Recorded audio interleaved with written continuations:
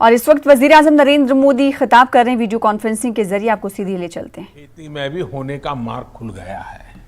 साथियों, ये भी जग जाहिर रहा है कि कृषि व्यापार करने वाले हमारे साथियों के सामने एसेंशियल कमोडिटी एक्ट के कुछ प्रावधान हमेशा आड़े आते रहे हैं।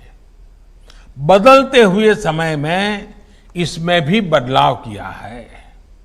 दालें, आलू, खाद्य तेल, प्याज जैसी चीजें अब इस एक्ट के दायरे से बाहर कर दी गई है।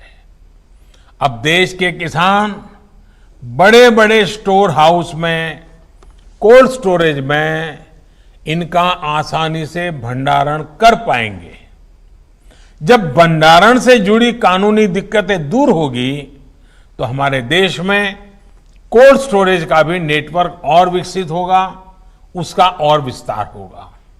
साथियों, कृषि क्षेत्र में इन ऐतिहासिक बदलावों के बाद, इतने बड़े व्यवस्था परिवर्तन के बाद कुछ लोगों को अपने हाथ से नियंत्रण जाता हुआ दिखाई दे रहा है। इसलिए अब ये लोग एमएसपी पर किसानों को गुमराह करने में जुटे हैं। ये वही लोग हैं जो बरसों तक एमएसपी पर स्वामीनाथन कमेटी की सिफारिशों को अपने पैरों के नीचे दबाकर बैठे रहे। मैं देश के प्रत्येक किसान को इस बात का भरोसा देता हूं कि एमएसपी की व्यवस्था जैसे पहले चलती आ रही थी वैसे ही चलती रहने वाली है। इसी तरह हर सीजन में सरकारी खरीद के लिए जिस तरह अभियान चलाया जाता है वो भी पहले की तरह चलते रहेंगे। साथियों, किसानों को एमएसपी देने और सरकारी खरीद के लिए जितना काम हमारी सरकार ने किया है वो पहले कभी नहीं किया गया।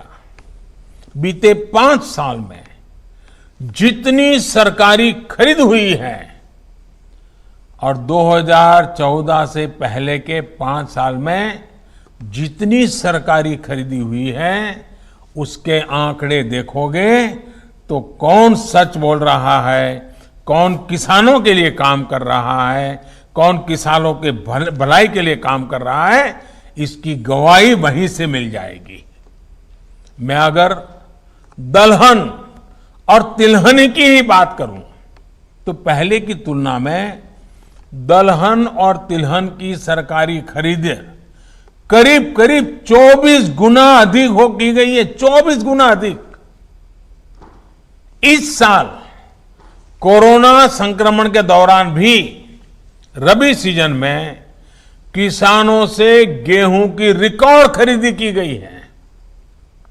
इस साल रबी में गेहूं, धान, दलहन और तिलहन को मिलाकर किसानों को 1,13,000 करोड़ रुपए एमएसपी पर दिया गया है। ये राशि भी पिछले साल के मुकाबले 30% से ज्यादा है। यानी कोरोना काल में न सिर्फ रिकॉर्ड सरकारी खरीद हुई बल्कि किसानों को रिकॉर्ड भुगतान भी किया गया है। साथियों, 21वीं सदी के भारत का यह दायित्व है कि वो देश के किसानों के लिए आधुनिक सोच के साथ नई व्यवस्थाओं का निर्माण करे। देश के किसानों को, देश की खेती को आत्मनिर्भर बनाने के लिए हमारे प्रयास निरंतर जारी रहेंगे और इसमें निश्चित तौर पर कनेक्टिविटी की बड़ी भूमिका तो है ही। अंत में एक बार फिर कनेक्टिविटी के तमाम प्रोजेक्ट्स के लिए बिहार को, देश को बहुत बहुत बधाई देता हूं और मैं फिर एक बार आपसे वही आग्रह करूंगा कि हमें कोरोना से लड़ाई लड़ते रहना है। हमें कोरोना को पराजित करके रहना है। हमने हमारे परिवार के हर सदस्य को कोरोना से बचाना है और इसके लिए जो भी यम नियम तय किए गए हैं उनका हम सब ने पालन करना है।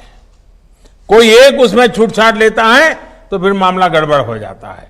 हम सब ने पालन करना है। मैं फिर एक बार मेरे बिहार के प्यारे भाइयों बहनों को बहुत बहुत धन्यवाद देता हूं। नमस्कार।